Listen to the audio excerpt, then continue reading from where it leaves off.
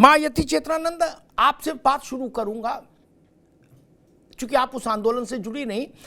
आज क्या बदल गया? यानी 21 जनवरी 2024 का भारत और 22 जनवरी 2024 का भारत, इस 24 एक तारीख बदलने से क्या बदला आज? सर्वप्रथम तो आपको रामोत्सव की बहुत बहुत बधाई, बहुत बहुत शुभकामना जी। आज भारत का भाग्य बदल गया। देखिए, आपको मैं अभी सुन रही थी, हीनता के साथ आप कह रहे थे कि हीनता के साथ राष्ट्र कभी आगे नहीं बढ़ सकता, और अब आगे जो स्थिति है वो अभी दो जगह और है, काशी और मथुरा, जिसपे आपसे चर्चा होती रही जी। उसका मार्ग भी अब उस प्रशस्त हो गया कि हम वो कलंक भी अपने माथे पर लिखा हुआ वो कलंक भी अब बहुत जल्दी धो देंगे। लेकिन आज जो हुआ वो अद्भुत था। वो अद्भुत इसलिए था कि प्रधानमंत्री जी ने 11 दिन उपवास रखा, 11 दिन हर उस नियम का पालन किया। ये भारत के इतिहास में पहली बार है जब आजादी के बाद किसी प्रधानमंत्री ने इतनी चेष्टा नहीं की, इतनी हिम्मत नहीं जुटाई कि वो अयोध्या की तरफ जाकर रामलला जो टेंट में विराजमान थे उनके दर्शन भी कर लेते। उस समय उस परिपाटी को बदल दिया गया और ये बताया गया कि सनातनी कितने सहिष्णु हैं जिन्होंने 500 वर्षों तक अहिंसात्मक आंदोलन किया। तो आज भाव बहुत है, आपके साथ में आज जरूर रहना चाहती थी, इसके लिए भी नहीं, मैं देख रहा हूँ यति माँ, मैं देख रहा हूँ आप बोल रही हैं तो आपके शब्द भी लड़खड़ा रहे हैं और आपकी आंखें भी भर रही हैं। मैं देख रहा हूँ ये भाव, ये भारत का आत्म तत्व है, ये भारत की आत्मा का भाव है। मैं वान्या आर्या के पास चलूंगा। वान्या आर्या, आपकी दृष्टि में आज क्या बदल गया? सबसे पहले टीवी 9 के माध्यम से आप सभी को जय श्री राम। अमिताभ जी, आपका प्रश्न बहुत सुंदर है। आज भारत के लिए बहुत ही ज्यादा महत्वपूर्ण क्षण है। जैसा कि अभी मोदी जी ने भी थोड़ी देर पहले ही बोला, राम भारत की प्रतिष्ठा है, प्रवाह नहीं, आग नहीं, ऊर्जा है। तो आज देश के लिए बहुत ही ऐतिहासिक क्षण है। ये वो क्षण है जिसके लिए हम 500 सालों से भी ज्यादा इंतजार कर रहे थे। फाइनली आज वो घड़ी आ गई है। बहुत ही एक इमोशनल, एक भावुक मोमेंट है और यहाँ से एक नए काल की शुरुआत हो रही है। सनातन संस्कृति की ये विजय है, एक नया पूरा विजय, हर क्षेत्र में विजय है। हर भारतीय, हर सनातनी, खाली इंडिया ही नहीं, इंडिया से बाहर पूरे विश्व की जीत है, विजय है, पूरे सनातन की जीत है, पूरी संस्कृति की जीत है। एक नया काल शुरू हो रहा है। यहाँ से हम पीछे मुड़ के नहीं देखेंगे। सिर्फ डेवलपमेंट्स और इंडिया जो है फास्टेस्ट ग्रोइंग इकोनॉमी इसमें ऑलरेडी आ चुका है और यहाँ से सिर्फ हम भारत की प्रोग्रेस आगे हम देखेंगे। आप सभी को हार्दिक शुभकामनाएं। बिल्कुल वान्या, मैं जोशी साहब के पास चलूं, फिर मैथिल साहब के पास जाऊं, हार्डकोर राजनीतिक लोगों के पास चलूं। एक बात मैं सोचता हूं कि जैसे हम लोकतांत्रिक देश हैं जोशी साहब, वैसे ही अमेरिका लोकतांत्रिक देश है। जितना भाषण हम देते हैं मानवाधिकार लोकतंत्र पर, उससे ज्यादा अमेरिका देता है। बात ये सब चलता रहता है कार्यक्रम। लेकिन वहां का राष्ट्रपति बाइबिल को हाथ में लेकर शपथ लेता है। कोई हाय तोबा नहीं होता, कोई छत से नहीं कूदता, कोई हाथ की नस नहीं काटता, कोई फांसी नहीं लगाता, कोई गाली गलौज पे नहीं उतर आता। क्या? और वहां जो रह रहे अन्य धर्मों के धर्मावलंबी, वो भी गड़बड़ नहीं करते, वो भी कहते चुप रहो, ठीक ही है। अगर भारत में कभी ऐसा हो जाता तो मेरे ख्याल से जाने कितना बड़ा बवाल हो जाता। आज ये भी बदल रहा है। जोशी साहब, आपके पास आ रहा हूं, आप समझिए होंगे मैंने बात क्यों कही। 1947 से आज तक प्रधानमंत्रियों को लगता था कि मंदिर नहीं जाना, और जाना तो उजाले में नहीं जाना, फोटो न खिंचाना, पूजा न करना, दंडवत न करना। नेता को दंडवत कर लो, भगवान को मत करना। उनसे थोड़ी दूरी बना के रखो। दूसरे धर्म के प्रतीक चिन्ह धारण कर भी लो तो कोई दिक्कत नहीं, हिंदू का मत धारण करना, माथे पर चंदन लगा के तो कैमरे के आगे कभी ना जाना। जोशी साहब, नहीं, ये भी बदल रहा है। मुझे लगता है ये जो हिपोक्रेसी थी, जो पाखंड था राजनीतिक क्षेत्र में, वो भी आज अयोध्या के इस कार्यक्रम के साथ साथ बदल रहा है। भारत वास्तविकता के साथ चलने का अभ्यस्त हो रहा है। जोशी साहब। अमिताभ जी, भगवान श्री राम हम समाजवादियों के लिए सामाजिक न्याय के प्रेरणा स्रोत जी। वो चाहते तो रावण पर, लंका पर अकेले विजय पा सकते थे जी। लेकिन उन्होंने नील, अंगद, बानर, निषाद राज सबको साथ लेकर एक लेसन देने का काम करा कि सभी धर्म, सभी जाति, सभी वर्ग के लोगों को साथ लेकर चलना ही राष्ट्र निर्माण है। और हमें बड़ा गर्व महसूस हो रहा है। मैं अपने आप को आपसे और प्रभु राम से, जितने पैनलिस्ट हैं सभी की ओर से मैं प्रभु राम के श्री चरणों में प्रणाम करता हूं और आशा करता हूं कि जो भारत की आधारशिला लिखी जाएगी वो नफरत की राजनीति से ओत प्रोत ना हो, विश्व में कल्याण हो, शांति का भाव हो, सभी धर्म, सभी जाति वर्ग के लोगों को सोशल जस्टिस मिले, जैसे भगवान श्री राम ने दिया।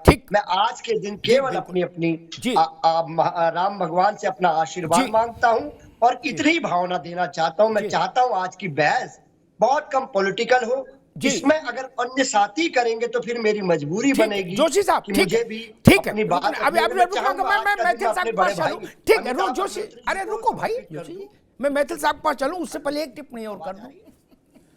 मेरी आदत है कि मैं तराजू बिल्कुल सीधा रखता हूं, कांटा। ये बात जोशी जी की है, मेरी, मैं इससे सहमत नहीं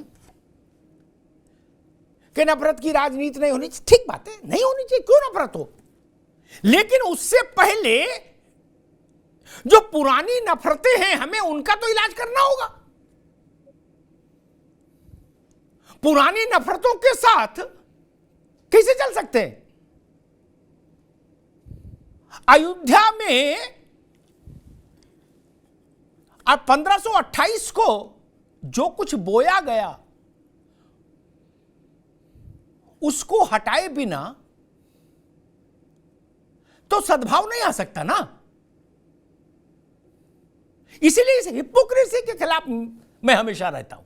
यह हिपोक्रेसी नहीं चलेगी।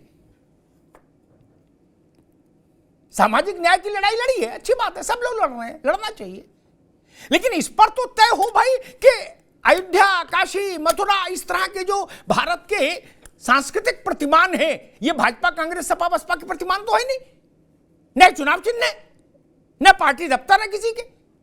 पहले इन पे तो राय क्लियर करो। राम जी टाट में रहे तब आपको सामाजिक न्याय याद नहीं आया, तब सद्भाव की राजनीति याद नहीं आई। आप कभी दर्शन करने नहीं गए तब सद्भाव याद नहीं आया।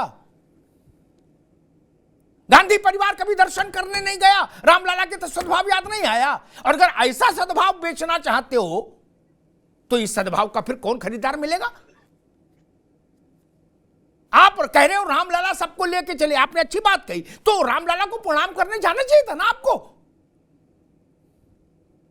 अब आप कह रहे हो हमारे नाम भी बेनामा कर दो, ऐसा नहीं चलता। अब जनता बौरी नहीं ना महाराज। अब भी चले जाते, आज भी चले जाते, तब भी चलो कुछ ठीक होता, आपको भी रामदाना मिलता, प्रसाद में लड्डू मिलता। खैर, मैथिल साहब, आज क्या बदला भारत में? धन्यवाद। वही प्रश्न आपसे जी। धन्यवाद अग्निहोत्री जी। पहले तो आपको, आपके सभी दर्शकों को और पूरे देश को भारत माता की जय, वंदे मातरम और जय श्री राम। और आपने जो पूछा बहुत सही पूछा कि आखिर आज क्या बदला जी। आज हिंदुओं का स्वाभिमान एक बार फिर से जागृत हो गया। आज भारत की आत्मा का सार भगवान श्री राम, उनको अपना खुद का मंदिर मिल गया। और साथ ही साथ बिगर स्वाभिमान, बिगर मान और बिगर आत्मा के शरीर जो होता है ना, वो एक मिट्टी होता है। आज सनातन को उसके प्राणों की प्रतिष्ठा मिली है। आज उन बलिदानियों जिन्होंने 22 अक्टूबर को, 30 अक्टूबर को और 2 नवंबर को गोलियां खाकर अपने प्राणों का बलिदान अयोध्या जी में दिया, अयोध्या जी रक्त रंजित रही, सरयू रक्त रंजित हुई, उन आत्माओं को, हुतात्माओं को आज मोक्ष मिला है। आज 1528 में जो मीर बाकी ने बड़े पैमाने पर नरसंहार किया था और लाखों हिंदुओं के नरसंहार के बाद उसी रक्त को गारे में मिलाकर जो ये बाबरी कलंक बनाया था, तामीर किया था, आज उन हुतात्मा को भी आज मोक्ष मिला है। और बहुत अच्छा लगा मुझको कि आज ये सामाजिक न्याय की बात कर रहे हैं, आज ये कह रहे हैं कि हमारा भी भगवान श्री राम में आस्था है। बहुत अच्छी बात है। मैं कहता हूँ भगवान इनको भी सद्बुद्धि दे। लेकिन क्या है ना, इन्होंने लास्ट में जाते जाते वो कहते हैं ना, आदत है कि चोर चोरी से जाए, सीना जोरी से ना जाए। आज के दिन भी ये राजनीति करने से पीछे नहीं हटे। एक तरफ तो मानस को गाली देने वाले, मानस को जलाने वालों को इन्होंने अपना नेता, अपना महासचिव बना के रख रखा। एक तरफ इनके एक और नेता शिवपाल यादव ही है ना, वो उन्होंने कहा कि मैं तो समर्थन करता हूं मुलायम सिंह यादव जी द्वारा जो गोली चलवाई गई उसका, वो सही था, न्याय संगत था। और आज इनके जो मैं कहूँ सुप्रीमो हैं अखिलेश यादव जी, वो कह रहे थे कि हम सम्मान करते हैं। अरे भैया, आप लोग सम्मान करते हो नहीं करते हो, लेकिन एक सुझाव है मेरा आपको, एक प्रायश्चित जरूर कर लो अपने कर्मों का। उन हजारों हत्याओं का, बच्चों की हत्या तक आपने की। मैं भी कार सेवक परिवार से हूं, मेरे खुद के सगे चाचा जी ने भी घुटने में गोली खाई। आज वो विकलांग हैं, अध्यापन का कार्य करते हैं। अमिताभ जी, मैं आपसे एक वाक्य शेयर कर रहा हूं जो उन्होंने मेरे संग किया और मेरे रोंगटे खड़े हो गए। वो सब इंस्पेक्टर जो है वो चयनित हुए थे सीआरपीएफ में, सीआईएसएफ के अंदर। उस समय में एक जुनून था हर एक युवा में, वो बिगर बताए घर से चले गए। 15 या 16 नवंबर की बात है, उस समय में अक्टूबर की। पता चला कि वो अयोध्या जी है, वहां से कहीं से उन्होंने कॉल किया पीसीओ पर, तो एसटीडी बहुत मुश्किल से होती थी। तो पता चला घर में जी वो 22 तारीख को गोली चली। तो मैंने उनसे पूछा, चाचा जी आपको डर नहीं लगा, गोली चली थी आपको? तो कह रहे मुझे तो ऐसा लगा था जैसे कि प्रशासन ललकार रहा है हमको, राम भक्तों को, कि आओ, हिम्मत किसमें है, किसने माई के लाल ने दूध पिया है माँ का। और चल पड़े सारे के सारे कफन बांधकर। गोंडा के पुल पे फिर गोलीबारी हुई। वहां पर 2 ट्रक से ज्यादा जूते चप्पल प्रशासन ने उठवा के फेंकवाए। तो सोचिए कितने लोगों के संग इन्होंने नरसंहार किया। उसके बाद लाल कोठी में जब कुशधारी बंधु बलिदानी हुए, तब मेरे चाचा भी घायल हुए। उन्होंने ये बताया कि बच्चों के सरों में गोलियां मारी। वहां पर जो सुरक्षा बल थे उन्होंने निहत्थे अहिंसक कार सेवकों पे गोली चलाई। मैं मां यति चेतनानंद को नमन करता हूं, ऐसी मातृशक्ति को नमन करता हूं जिन्होंने कि अपना हार नहीं मानी, सर पे कफन बांध के लड़ते रहे। और ये आज बात करते हैं सामाजिक चेतना की, शर्म आनी चाहिए इन लोगों को। ये गंगा जी में नहाएंगे भी तब भी इनके पाप नहीं धोएंगे। ठीक है, मैं साहब 1 मिनट रुकना।